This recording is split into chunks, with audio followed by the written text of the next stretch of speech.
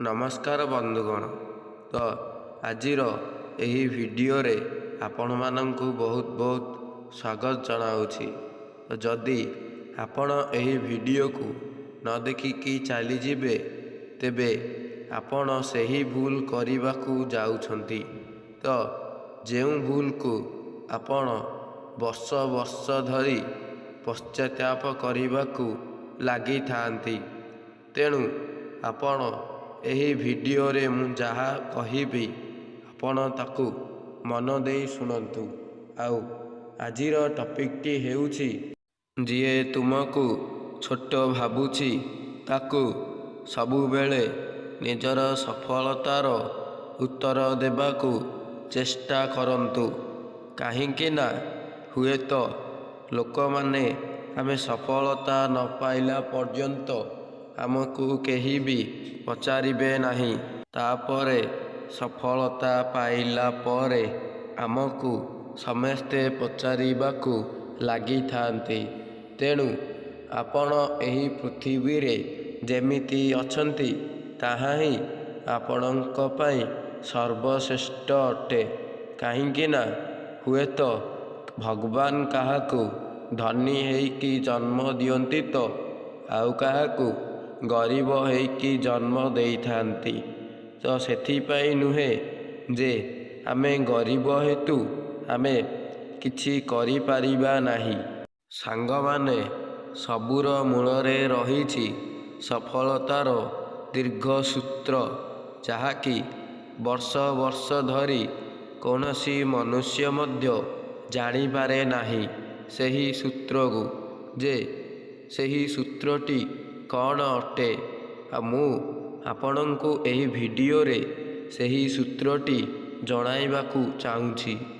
ଆଉ ସେହି ସୂତ୍ରଟି ହେଉଛି କେବଳ ନିଜର ଦକ୍ଷତା, କୌଶଳ ଆଉ ନିଜର ମନୋବୃତ୍ତି। ତ ଏହା ଆପଣଙ୍କ ପାଖରେ ଥିଲେ ଆପଣ ନିଶ୍ଚୟ ସକ୍ସେସ୍ ହେବାରୁ କେହି ମଧ୍ୟ ରୋକିପାରିବେ ନାହିଁ।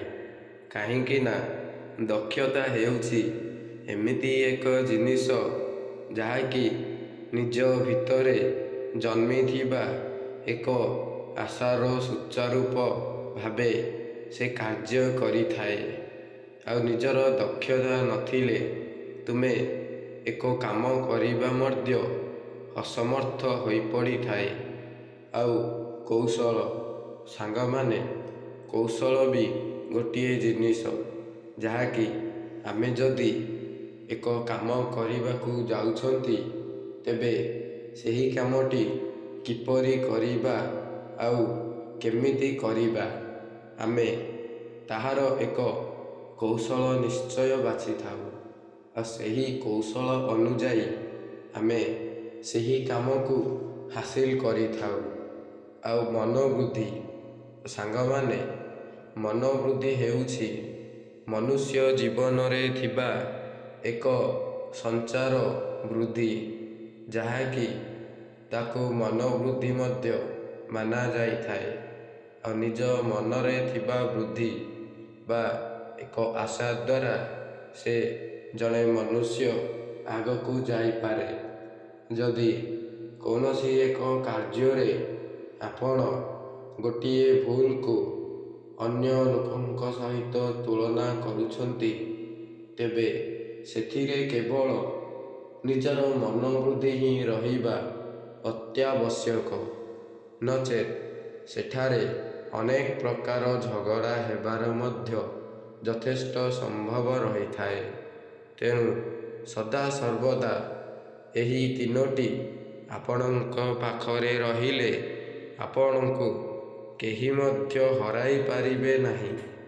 ତେଣୁ ଆପଣ ସବୁବେଳେ ଚେଷ୍ଟା କରନ୍ତୁ ଯେ ଏହି ତିନୋଟି କାର୍ଯ୍ୟକୁ ମୁଁ କେମିତି ଆଉ କେଉଁ ସମୟରେ ପାଳନ କରିବି, ତାହେଲେ ଯାଇ ଆପଣଙ୍କ ଜୀବନରେ ବହୁତ ସୁଖ ଆସିବାକୁ ଲାଗିବ। ଆଉ ତୁମକୁ ସବୁବେଳେ ଛୋଟ ଭାବୁଥିବା ଲୋକଙ୍କୁ କିପରି ଭାବରେ ତାଙ୍କୁ ତଳେ ପକାଇବେ ବା ତାଙ୍କର ମୁଣ୍ଡ କିପରି ନୁଆଁଇବେ ତ ଚାଲନ୍ତୁ ତା ବିଷୟରେ ମୁଁ କହିବି। ଆଉ ଡେରି ନ କରି ସେହି ବିଷୟଟି କ'ଣ ଆମେ ଆରମ୍ଭ କରିବା। ତ ଜଣେ ଛୋଟ ଭାବୁଥିବା ମନୁଷ୍ୟଟି ସେ ବେଳେବେଳେ ଏତେ ଗଭୀର ଯନ୍ତ୍ରଣା ଏବଂ କଷ୍ଟରେ ପୋତି ହୋଇଯାଏ ଯେ ସେ କିପରି ମଧ୍ୟ ସେହି ଯନ୍ତ୍ରଣାରୁ ବାହାରିବ ତାର ବାଟ ସିଏ କେବେ ବି ଦେଖିପାରି ନଥାଏ। ସାଙ୍ଗମାନେ, ଏହାର ଗୋଟିଏ ଛୋଟ ଏକ୍ଜାମ୍ପଲ୍ କହୁଛି ଯେ ଗୋଟିଏ କୃଷକ ଆଉ ଦୁଇ ସାଙ୍ଗ ମିଶି ଗୋଟିଏ ଜମିରେ ହଳ କରୁଥାନ୍ତି। ତ ହଠାତ୍ ଗୋଟିଏ ଦିନ ଗୋଟିଏ କୃଷକର ଦେହ ଖରାପ ହେବାକୁ ଲାଗିଲା। ଆଉ ଦୁଇଜଣ ସାଙ୍ଗ ସେମାନେ ଡକ୍ଟର ପାଖକୁ ନେବା ତ ଦୂରର କଥା, ତାକୁ ସେଠାରେ ସେମିତି ଅବସ୍ଥାରେ ହିଁ ଛାଡ଼ିକି ଚାଲିଗଲେ। ତାପରେ ଅନ୍ୟ ଲୋକଟି ଆସି ବା ଯିଏକି ସହରରେ ରହୁଥିବା ଲୋକ ସେ ଆସି ସେହି କୃଷକଟିକୁ ସାହାଯ୍ୟ କରିବାକୁ ଲାଗିଲା। ଆଉ ପ୍ରକୃତରେ ସେ ଯେତେବେଳେ ଭଲ ହେଇକି ଗାଁକୁ ଆସିଲା ସେତେବେଳେ ସେ ତାର ଥିବା ଦୁଇ ସାଙ୍ଗକୁ ଦେଖି ବହୁତ ଖୁସି ହେବାକୁ ଲାଗିଲା। ଆଉ ଗାଁରେ ଥିବା ଲୋକମାନେ ସେହି ଦୁଇ ସାଙ୍ଗକୁ ବହୁତ ଘୋର ଅପମାନ ଏବଂ କଷ୍ଟ ମଧ୍ୟ ଦେବାକୁ ଲାଗିଲେ। ତ ପ୍ରକୃତରେ ଏହା ହିଁ ସତ୍ୟ ଅଟେ ଯେ ଯେଉଁ ବ୍ୟକ୍ତି ତୁମର ସାହାଯ୍ୟରେ ବା କୌଣସି କାର୍ଯ୍ୟରେ ଠିଆ ହୋଇକି ସେହି କାର୍ଯ୍ୟକୁ ହାସିଲ କରିଥାଏ, ତେବେ ଆପଣ ତାଙ୍କର ବିପଦ ସମୟରେ କେବେ ମଧ୍ୟ ଛାଡ଼ି ଚାଲିଯିବା ଉଚିତ ନୁହେଁ। ଏହା ଏକ ଭୁଲ ଅଟେ। ତେଣୁ ପ୍ରକୃତ ବନ୍ଧୁତା କେବଳ ତାକୁ ହିଁ କୁହାଯାଏ ଯିଏକି ବିପଦ ସମୟରେ ଛୋଟ ଜାତି, ଛୋଟ ଧର୍ମ, ଛୋଟ ଭେଦଭାବ ନ ରଖି ସେ ନିଜର କର୍ମ କରିଥାଏ। ତେବେ ଭଗବାନ ମଧ୍ୟ ତାକୁ ବହୁତ ଖୁସିରେ ରଖିଥାନ୍ତି। ସେଥିପାଇଁ ସବୁବେଳେ ଭଲ କର୍ମ କରିବା ହିଁ ବହୁତ ମୂଲ୍ୟବାନ ଅଟେ। ଯାହାଫଳରେ ଭଲ କର୍ମ କରିଲେ ଲୋକେ ତୁମର ସାଥ ମଧ୍ୟ ଦେବେ ନାହିଁ। ଆଉ କହିବାକୁ ଲାଗିବେ ଏଇ ତ ଛୋଟ ଲୋକଟି, ମୁଁ କ'ଣ ଆର ସାଥ ଦେବି? ମୁଁ ଆର ସାଥ ଦେଲେ କେବେ ମଧ୍ୟ ଆଗକୁ ଯାଇପାରିବି ନାହିଁ। ତେଣୁ ତୁମକୁ ଯିଏ ବି ଛୋଟ ଭାବୁଛି ଭାବୁ, ଯଦି ନିଜେ ନିଜର କର୍ମ କରି ସେହି ଲୋକକୁ ବା ଯିଏ ତୁମକୁ ଛୋଟ ଭାବୁଥାଏ ସେହି ଲୋକକୁ ନିଜର କର୍ମ ଅନୁସାରେ ତାକୁ ସଫଳତାର ଉତ୍ତର ଦେବା ଶିଖନ୍ତୁ। ଆଉ ଯଦି ଆପଣ ନିଜକୁ ନିଜେ ଏକ ଛୋଟ ଲୋକ ଭାବି ଏକ ବୃହତ୍କାର ଭୁଲ କରିବେ ଆଉ ଘରେ ହିଁ ବସି ରହିବେ, ତେବେ ଆପଣ ସକ୍ସେସ୍ କେବେ ମଧ୍ୟ ହୋଇପାରିବେ ନାହିଁ। ଏହାର ଉଦାହରଣ ହେଉଛି, ମନେକର ଗୋଟିଏ ପିମ୍ପୁଡ଼ି ଉପରକୁ ଚଢ଼ିଲା ବେଳେ ହଠାତ୍ ପଡ଼ିଯାଉଛି। ତେବେ ସିଏ ବାରମ୍ବାର ଚେଷ୍ଟା କରୁଛି ଯେ ମୁଁ ଉପରକୁ କେମିତି ଚଢ଼ିବି। ଠିକ୍ ସେହିପରି ଆପଣ ଯଦି ଉପରକୁ ଉଠିବାକୁ ଚାହୁଁଛନ୍ତି, ତେବେ କୌଣସି ଲୋକର କଥାରେ ମନ ଦୁଃଖ କରିକି ନିଜକୁ ଛୋଟ ନ ଭାବି ଉପରକୁ ଉଠିବାକୁ ଚେଷ୍ଟା କରନ୍ତୁ। ହୁଏତ ଲୋକମାନେ ଆପଣଙ୍କୁ ବହୁତ ମଜାକରେ ମଧ୍ୟ ନେଇପାରନ୍ତି ଯେ କହିବାକୁ ଲାଗନ୍ତି, ଆରେ ତୁ କ'ଣ ଉପରକୁ ଉଠିପାରିବୁ? ତ ଏହାର ଉତ୍ତରରେ ମୁଁ କହିବି ହଁ, କାହିଁକି ନୁହେଁ। ଯଦି ଜଣେ ମନୁଷ୍ୟ ଉପରକୁ ଉଠିବାକୁ ଚାହୁଁଛି, ତେବେ ସେ ନିଶ୍ଚୟ ଉଠିପାରିବ।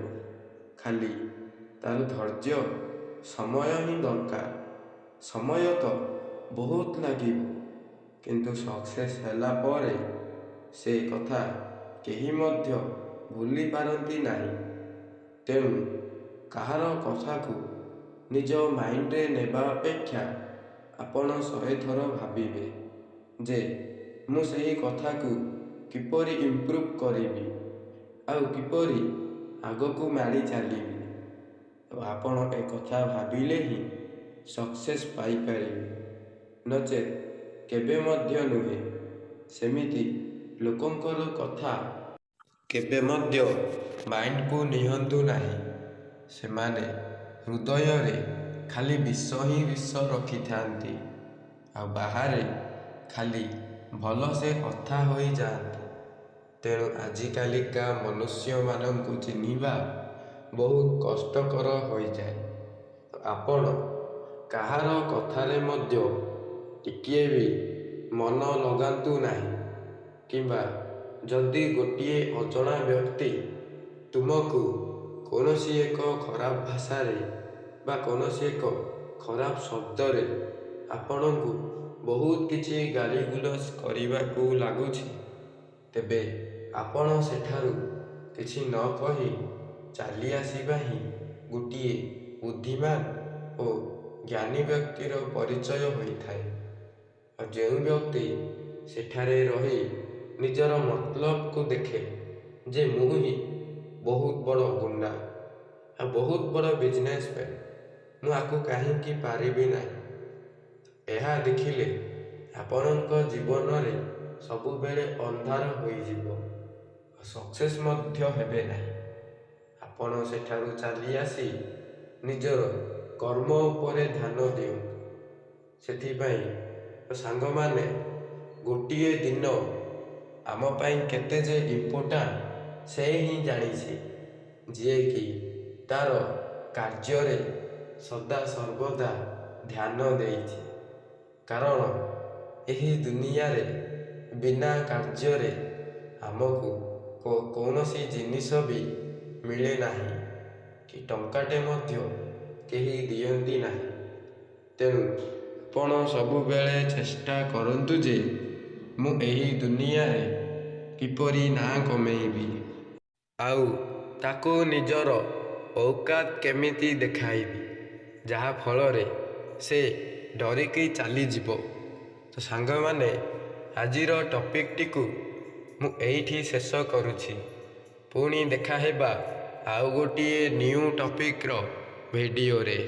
ତ ସେତିକି ପର୍ଯ୍ୟନ୍ତ ମୁଁ ରହୁଛି। ଆପଣଙ୍କୁ ବହୁତ ବହୁତ ଧନ୍ୟବାଦ।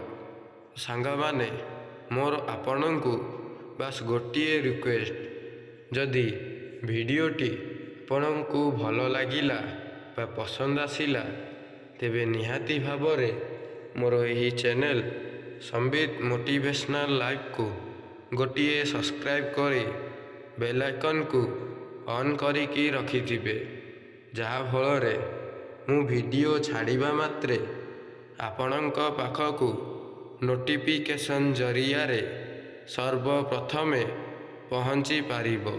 ରହୁଛି। ଜୟ ଜଗନ୍ନାଥ।